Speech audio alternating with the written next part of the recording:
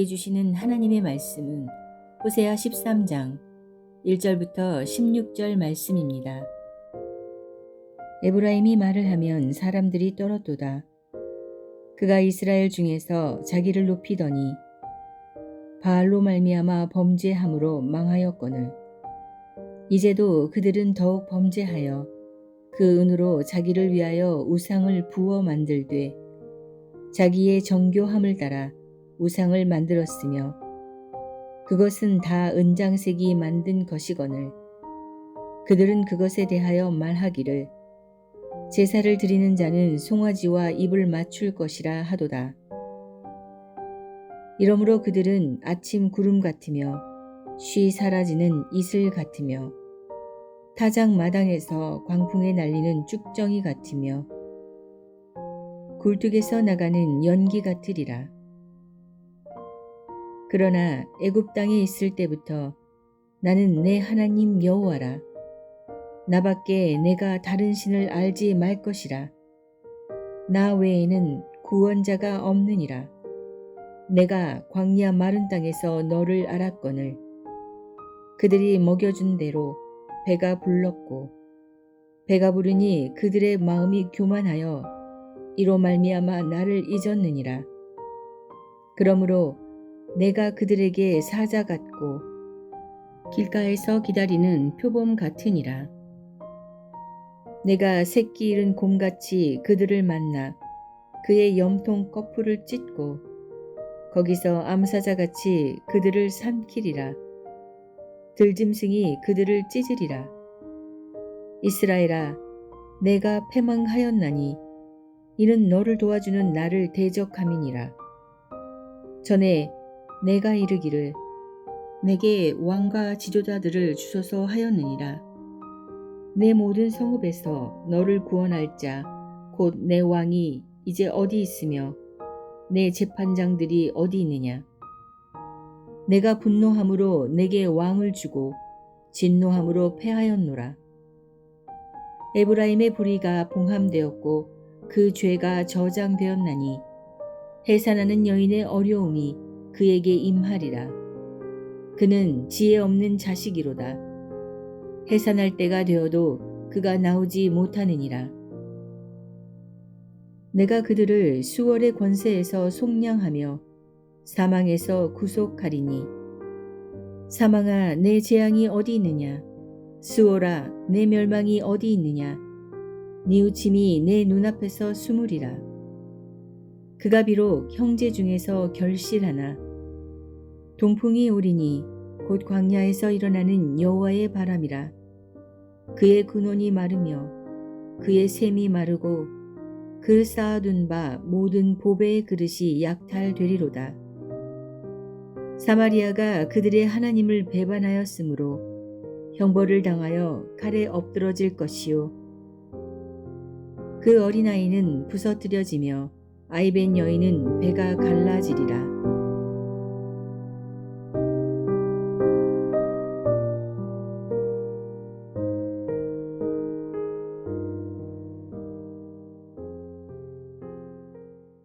이제 호세아서의 마지막 부분에 다다랐습니다. 오늘 본문인 13장은 지금까지 계속된 호세아서의 심판의 메시지를 마무리하는 장이 되고 마지막 장이 될 내일의 말씀은 회복의 메시지가 선포될 것입니다.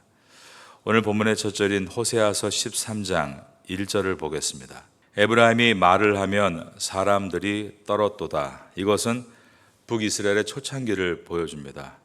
에브라임 지파에서 북이스라엘의 초대 왕이었던 여로보암이 나왔습니다.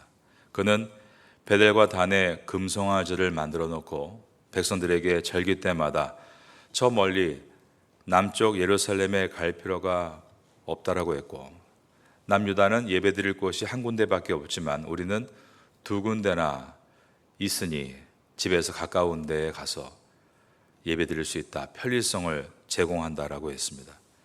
이러한 북이스라엘의 좀 더 세련되고 차별화된 정책은 사람들에게 큰 인기를 얻었습니다. 여로보암은 파퓰리즘에 물든 왕이었습니다.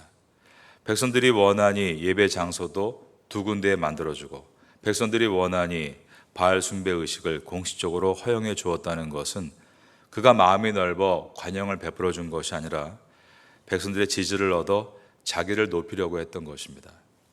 1절에 그가 이스라엘 중에서 자기를 높이더니 바알로 말미암아 범죄함으로 망하였거늘 이라고 되어 있습니다. 그러므로 1절은 에브라임 지파의 여로보암으로 시작된 북이스라엘의 모든 왕들 전체를 보여주고 있습니다. 호세아 선지자가 활동하던 시기는 북이스라엘의 멸망이 얼마 남지 않았던 시대로서 북이스라엘의 초대 왕과 이름이 똑같은 여로보암, 그가 죽고 나서 그의 아들인 스가랴가 왕이 되고, 그러나 살룸이란 자가 스가랴를 시해함으로 6개월 만에 왕조가 바뀝니다. 그리고 므나헴이란 자가 또 살룸을 시해함으로 살룸은 단 1개월 동안 왕이 되었습니다. 그리고 나서 이번에는 부가히야라는 자가 므나헴을 시해함으로 이 므나헴도 단 10개월만 왕위에 오르고 사라졌습니다. 그리고 나서 베가라는 자가 왕이 되는데 그는 제법 길게 20년을 통치합니다. 이 베가는 친내굽의 성향을 가지고 반아수르 정책을 편 인물입니다. 그러다가 호세아, 또 선지자와 이름이 같은 동명이인인 엘라의 아들 호세아가 베가를 죽이고 나서 북이스라엘의 마지막 왕이 됐을 때, 그도 처음에는 아수르에게 굽신거리고 조공을 바치다가 나중에는 베가와 같이 친애굽 정책으로 돌아서고 아수르의 등을 돌립니다. 그랬다가 먼저는 주전 722년에 갈릴리와 길르앗 지역을 아수르에게 빼앗겨버리고 맙니다. 그리고 나서 2년 후에 주전 720년에는 수도인 사마리아와 에브라임 산지마저 모두 빼앗김으로 나라가 완전히 망하고 북이스라엘 백성들은 모두 아수르의 포로가 되어 끌려갔습니다. 그런데 이렇게 계속 절벽 아래로 떨어지고 있으면서도 우상 섬기기를 멈추지 않았다는 것입니다. 그것을 2절은 베델의 송아지와 입맞췄다라고 표현하고 있습니다. 이제도 그들은 더욱 범죄하여 그 은으로 자기를 위하여 의상을 부어 만들되 자기의 정교함을 따라 우상을 만들었으며 그것은 다 은장색이 만든 것이거늘 그들은 그것에 대하여 말하기를 제사를 드리는 자는 송아지와 입을 맞출 것이라 하도다. 그러므로 이스라엘은 잠시 있다가 곧 사라지는 이슬, 광풍에 날리는 쭉정이, 굴뚝에서 나가는 연기같이 하나의 독립국가로 존재하지 못하고 아수르의 편입이 되어 녹아지게 될 것이다 라고 했습니다. 3절입니다. 이러므로 그들은 아침 구름 같으며 쉬 사라지는 이슬 같으며 타작마당에서 광풍에 날리는 쭉정이 같으며 굴뚝에서 나가는 연기 같으리라. 4절부터는 하나님과 이스라엘의 언약관계가 시작된 출애굽의 역사를 다시 한번 기억하게 해줍니다. 하나님은 애굽에서 이스라엘을 데리고 나와 시내산에서 언약을 맺고 율법을 주셨습니다. 여호와 하나님은 자신만이 하나님의 참 신이신 것을 말씀하셨습니다. 그리고 이스라엘에게 다른 신을 알지 말 것과 그들에게 여호와 하나님 외에 다른 구원자가 없다라는 것을 선포해 주셨습니다. 여기에서 알지 말라라고 할 때 알다, 이 야다라는 단어는 경험을 통해 아는 지식을 뜻합니다. 하나님이 아닌 우상과 교감하거나 그것이 경험되어지는 일이 없도록 경계하라라고 하신 것입니다. 5절입니다. 내가 광야 마른 땅에서 너를 알았거늘. 5절에서 경험을 통해 알다라는 이 야다가 다시 한번 등장합니다. 이스라엘 백성들이 광야를 지나는 동안 하나님을 경험을 통해 알게 되었다는 뜻입니다. 경험을 통해 안다, 이 야다는 부부관계에서 쓰이는 단어입니다. 그러므로 상대방은 모르는데 나만 일방적으로 안다라고 할 수 없습니다. 일방적인 사랑은 짝사랑이라고 하죠. 그것은 상상력이 가미된 사랑입니다. 그러나 하나님과 이스라엘 백성 간의 사랑은 일방적인 사랑이 아니라 인격적인 사랑이고 서로가 서로를 경험을 통해 아는 사랑입니다. 하나님은 그들을 광야에서 아셨고 광야를 지나는 동안 돌보시고 먹이셨고 그리고 가나안 땅에 들어와서도 그들을 기르시고 먹이신 분은 바로 하나님이셨습니다. 그러나 이스라엘은 1절에서 3절에 지적한 것처럼 가나안 땅에서 바알과 다른 우상을 섬겼고 십계명의 1, 2계명을 어깁니다. 사람들이 왜 하나님을 잊는가에 대해서 그 원인을 6절에서 볼 수 있습니다. 그들이 먹여준 대로 배가 불렀고 배가 부르니 그들의 마음이 교만하여 이로 말미암아 나를 잊었느니라. 사람들이 왜 하나님을 잊는가에 대해서 6절은 배가 부를 때이고 배가 부르니 교만해질 때 하나님을 잊는다라고 했습니다. 우리는 우리가 무엇으로 배불러 하는지를 생각해야 합니다. 탈북민들의 얘기를 들어보면 그들이 대한민국에 처음 와서 국정원에서 조사를 받을 때 음식을 마음껏 먹어서 배부를 수 있는 것이 가장 놀라웠다라는 말들을 합니다. 그러나 보통 우리나라 국민들은 음식을 먹음으로 배부른 것에 놀라워하지는 않습니다. 우리가 보통 배부른 소리 하네 라고 할 때는 삶의 여유를 두고 말하는 것입니다. 금전의 여유, 시간의 여유가 있을 때 배가 불렀네 라고 말하고, 이것은 부정적인 말로서 그 사람이 예전과 다르게 변질되고 열정적이지도 순수하지도 않을 때 이 말을 사용합니다. 그런데 우리 구주 예수 그리스도는 육체를 위해 음식을 먹는 것 혹은 잉여의 금전이나 시간으로 인해 배불러 하지 않으셨습니다. 예수님은 하나님 아버지의 뜻이 이루어질 때 배부르다라고 말씀하셨습니다. 요한복음 4장 32절 이하에 보면 예수님은 나의 양식은 나를 보내신 이의 뜻을 행하며 그의 일을 온전히 이루는 이것이니라 라고 말씀하신 것입니다. 그러나 이때의 상황을 보면 예수님께서 육체적으로 몹시 피곤하고 시장하신 상태였습니다. 예수님은 유대 지역에서 저 북쪽 갈릴리로 올라가고 계셨습니다. 유대인들의 일반적인 여행 루트는 남쪽에서 북쪽으로 올라갈 때 사마리아 땅을 지나야 할 때 사마리아로 가지 않고 우회해서 사마리아를 비껴서 위로 올라갔습니다. 그 이유는 사마리아를 이방인의 땅으로 부정하게 여겼기 때문입니다. 그런데 예수님께서는 제자들에게 우리는 오늘 사마리아 땅을 통과할 것이다 라는 선언을 하셨고, 그러시면서 사마리아에 있는 수가성을 들어가신 것입니다. 그리고 한 우물 앞에 도착하셨을 때 예수님과 제자들 모두가 육체의 심각한 허기를 느꼈는데, 그 이유가 제자들이 갑작스러운 일정의 변경 때문에 미처 음식을 준비하지 못했던 것입니다. 그래서 제자들은 모두 음식을 구하러 흩어질 때 우리가 잘 알고 있는 사마리아 여인과 예수님의 만남이 수가성의 우물가에서 이루어집니다. 예수님께서 이 여인에게 복음을 전하셨고, 이 여인이 계속 복음을 밀어낼 때 예수님의 그녀의 아픔도 말씀하셨습니다. 내가 남편이 많이 있으나 지금의 남편도 내 남편이 아니다. 자기의 속사정을 알고 있는 예수님께 그 여인은 선지자입니까? 라고 말했고, 내가 너에게 말하는 이가 누군지 알았더라면 너는 이 우물이 아니라 영원한 영생의 생수를 나에게 구했을 것이다 라고 말씀하며 그 여인에게 복음을 전하심으로 그 여인이 구원을 얻게 되었습니다. 바로 그때였습니다. 제자들이 음식을 가지고 돌아와서 예수님께 드리려 하는데 이렇게 말씀하신 것입니다. 나의 양식은 나를 보내신 이의 뜻을 행하며 그의 일을 온전히 이루는 이것이니라. 사도 바울도 배고픔과 배부름을 육체에 두지 않았습니다. 바울은 빌립보서 4장 11절 이하에서 나는 비천에 처할 줄도 알고 풍부에 처할 줄도 알아. 모든 일에 배부르며 배고픔과 풍부와 궁핍에도 일체의 비결을 배우노라 라고 했습니다.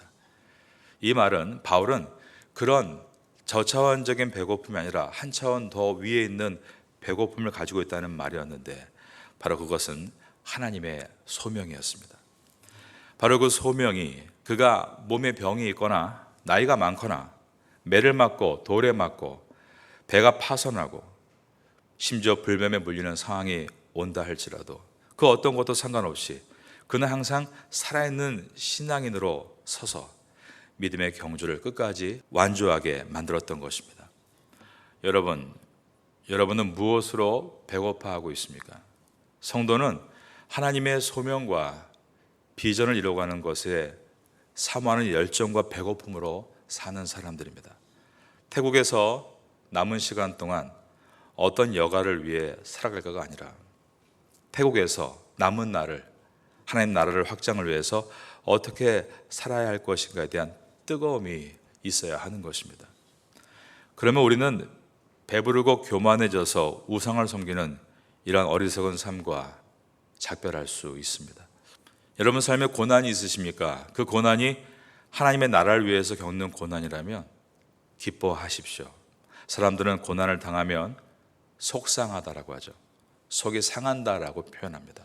그러나 우리가 하나님의 나라를 위해서 수고하는 고난, 가령 남보다 더 봉사하기 위해 잠이 모자르거나 신앙의 양심을 지키기 위해 수익을 더 내지 못하거나 남을 위해 나의 잉여의 금전을 흘려보내므로 내 삶이 좀 더 고대해야 하고 절약해야 한다는 것은 오히려 축복입니다. 왜냐하면 하나님께서 우리를 그 일을 위해서 이곳에 부르셨고 지금도 하나님이 그 모든 것을 지켜보고 계시기 때문입니다. 하나님께 칭찬과 위로를 받는, 그리고 능력을 받고 승리하는 삶이 되고 있기 때문인 것입니다.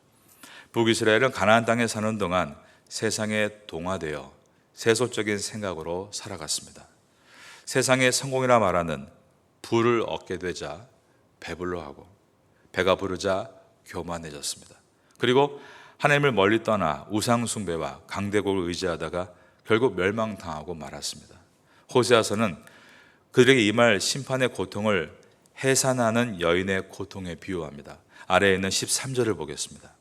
해산하는 여인의 어려움이 그에게 임하리라. 그는 지혜 없는 자식이로다. 해산할 때가 되어도 그가 나오지 못하느니라. 북이스라엘의 처지는 진통이 너무도 강렬하지만 때가 되어도 아이가 태에서 나오지 않아 산모 아이 모두가 죽음의 위험에 처해 있는 상황과 같다라고 표현을 했습니다.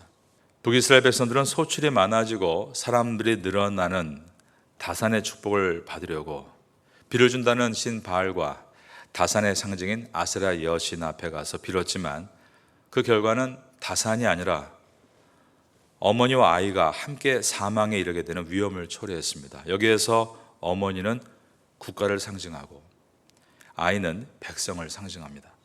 나라는 망하고 백성은 종으로 뿔뿔이 흩어지게 된 것입니다. 이제 호세아 강해가 내일 하루 남았습니다.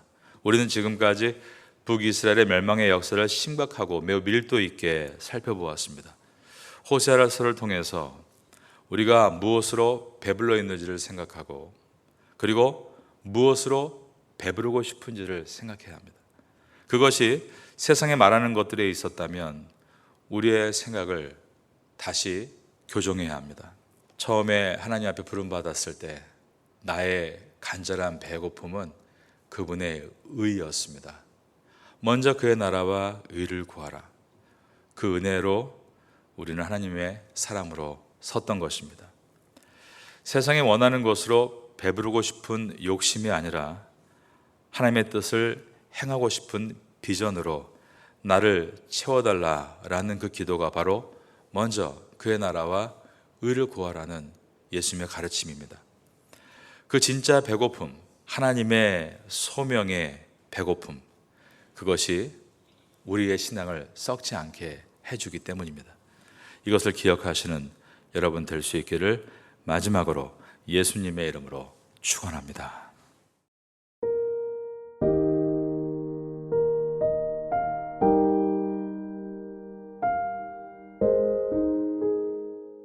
지금은 함께 기도하는 시간입니다. 10월의 공동 기도 제목은 첫째, 기도로 주님과 함께하고, 둘째, 기도로 목회자와 함께하고, 셋째, 기도로 성도와 함께하고, 넷째, 기도로 태국과 파타야와 함께하는 신앙 공동체가 되기 위해 기도드립니다. 말씀을 붙잡고 기도하는 귀한 시간 되시기를 소망합니다.